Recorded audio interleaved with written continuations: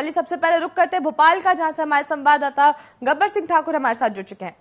जी गब्बर जी, बात करें सीएम मोहन यादव के दौरे की, तो लगातार सीएम मोहन यादव 3 आज राज्यों के दौरे पर रहेंगे, जहां वो झारखंड में चुनावी सभाओं को संबोधित करेंगे। बात करेंगे कांग्रेस की, तो युवा ब्रिगेड जो है अब बहुत सक्रिय नजर आ रहा है। 2 दिन की बैठकों के बाद अब कांग्रेस का पूरा फोकस युवाओं को अपनी टीम में लेने का है। बात करेंगे थोड़ी सी मौसम की, तो मौसम के तेवर भी मध्य प्रदेश में देखे जा रहे हैं, इसको लेकर क्या कुछ पूरी जानकारी है? जी बिल्कुल मधु जी, देखिए जैसा कि आपने कहा वो बिल्कुल सही है कि मध्य प्रदेश के जो मुख्यमंत्री हैं डॉक्टर मोहन यादव, वह लगातार प्रचार प्रसार पर है। 3 राज्यों का प्रचार करेंगे आज वो। और इसी के साथ में आपको बता दें कि जैसे मुख्यमंत्री जब मध्य प्रदेश में चुनाव थे तो मध्य प्रदेश में उन्होंने काफी सभाएं की थी, रोड शो किए थे और इसी के साथ में प्रचार प्रसार भी किया था। लेकिन जैसे ही मध्य प्रदेश में चौथे चरण के चुनाव थे तो मध्य प्रदेश में चौथे चरण में समाप्त हो गए थे। उसके बाद में मुख्यमंत्री के लिए दूसरे प्रदेशों की कमान ली और दूसरे प्रदेशों में फिर मैं ये नहीं कहूंगा कि चाहे उत्तर प्रदेश हो, महाराष्ट्र हो, आपका चाहे उत्तर प्रदेश दिल्ली हो या फिर तेलंगाना हो या बिहार हो, हिमाचल प्रदेश हो, उत्तराखंड हो, सब जगह लगातार मुख्यमंत्री, हालांकि मुख्यमंत्री का पहली बार ये पद है डॉक्टर मोहन यादव जी का, लेकिन कहीं ये महसूस नहीं होने दे रहे हैं वो कि जो 18 सालों से शिवराज जी प्रदेश के मुखिया थे और शिवराज जी को कहा जाता था कि इनका जो उड़न खटोला है वो उड़न खटोला रुकता नहीं है। सुबह से ही शुरू हो जाता है और रात के 12 बजे तक, 2-2, ढाई बजे रात तक शिवराज जी सभाएं करते थे। तो ऐसे में लोग जो सोच रहे थे कि हो सकता है मोहन जी कहीं ना कहीं पीछे रहेंगे या उतना वर्क ना कर पाए, लेकिन ऐसा नहीं।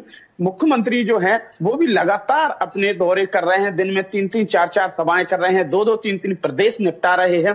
तो कुल मिलाकर के जो राष्ट्रीय संगठन है या फिर ये कहें कि राष्ट्रीय बीजेपी ने जो उनके लिए जिम्मेदारी दी थी, बाखूबी वो जिम्मेदारी निभा भी रहे हैं और बहुत बेहतर तरीके से मुद्दों को उठा रहे हैं। अगर इधर हम दूसरी तरफ कांग्रेस की बात करें तो कांग्रेस भी पीछे नहीं है, एड़ी चोटी का जोर लगा रही है, लगातार सभाएं कर रही है, फिर चाहे दिग्विजय सिंह हो, पीसीसी चीफ जीतू पटवारी हो। और इधर दूसरी तरफ राजधानी भोपाल के प्रदेश कांग्रेस कार्यालय में लगातार बैठकें चल रही हैं। अभी हाल ही में बैठक हुई थी जिसमें कमलनाथ भी थे और उसमें जीतू पटवारी भी थे और तमाम बड़े नेता उसमें आए हुए थे, जितेंद्र भवर सिंह भी थे। इसके बाद जो युवा कांग्रेस के जो यूथ के जो राष्ट्रीय जो प्रदेश अध्यक्ष हैं मितेंद्र जी भी 2 दिन की बैठक ले रहे हैं। आज उनका दूसरा दिन है, कल भी बैठक ली थी, आज भी बैठक लेंगे और अपनी जो युवा टीम है उसके लिए मजबूत करेंगे। उसमें जो दिक्कतें आ रही हैं उन दिक्कतों को, परेशानियों को भी हल करेंगे। साथ ही जो असमंजसता है थोड़ी सी, उस असमंजसता को खत्म करने के बाद और एक दूसरे में काम करने का और ट्रिक कैसे आगे बढ़े, ये सारी चीजें दिखाई जाएंगी। वहीं दूसरी तरफ जो मध्य प्रदेश में एक सीबीआई का मामला सामने आया है नर्सिंग कॉलेजों को लेकर के कि सीबीआई के ही अधिकारियों को गिरफ्तार कर रही है, उसको लेकर के कांग्रेस मीडिया विभाग के अध्यक्ष मुकेश नायक आज प्रेस कॉन्फ्रेंस करने वाले हैं।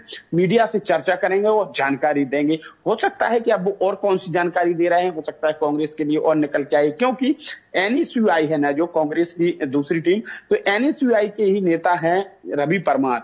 इन्होंने सीबीआई के लिए मध्य प्रदेश में शिकायत की थी कि नर्सिंग घोटाला हो रहा है और इसमें सीबीआई के अधिकारियों ने क्लीन चिट दे दी थी। लेकिन जब क्लीन चिट दी तो रवि परमार ने यही शिकायत दिल्ली भेज दी। तो दिल्ली सीबीआई ने जब शिकायत की जांच की तो इसमें काफी लोग गिरफ्तार किए गए। सबसे पहले 13 लोगों को गिरफ्तार कर लिया, फिर सीबीआई के अधिकारी भी गिरफ्तार हुए और लगातार अब गिरफ्तारी पर गिरफ्तारी निकलती चली आ रही है। तो इसमें कुल मिलाकर के परत दर परत खुल रही है। इधर दूसरी तरफ एक बड़ी खबर निकल के सामने आई है कि ग्राहक पंचायत, जो कि एक आरएसएस बीजेपी का ही एक अंग माना जाता है, अखिल भारतीय ग्राहक पंचायत के राष्ट्रीय महामंत्री हैं दिनकर जी की अभी हाल ही में प्रेस कॉन्फ्रेंस हुई। उन्होंने बड़ी खबर ये दी है कि स्वास्थ्य और शिक्षा दोनों फ्री होना चाहिए। लेकिन उन्होंने ये कहा है जो राजनीतिक पार्टियां हैं, जिनकी सरकारें हैं, वो अभी नहीं मानेंगे क्योंकि उन्हें वोट बैंक का लालच है और वोट बैंक के लालच में ये स्वास्थ्य और शिक्षा को फ्री नहीं कर रहे हैं।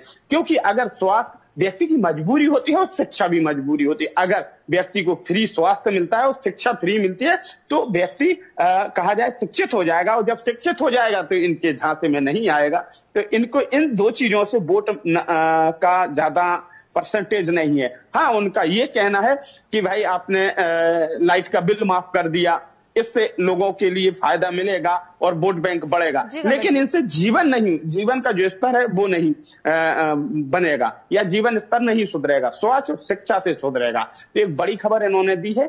कुल मिलाकर के कहा जाए कि इससे बीजेपी कहीं ना कहीं गिरती नजर आएगी। जी, तमाम जानकारियों के लिए आपका बहुत बहुत धन्यवाद।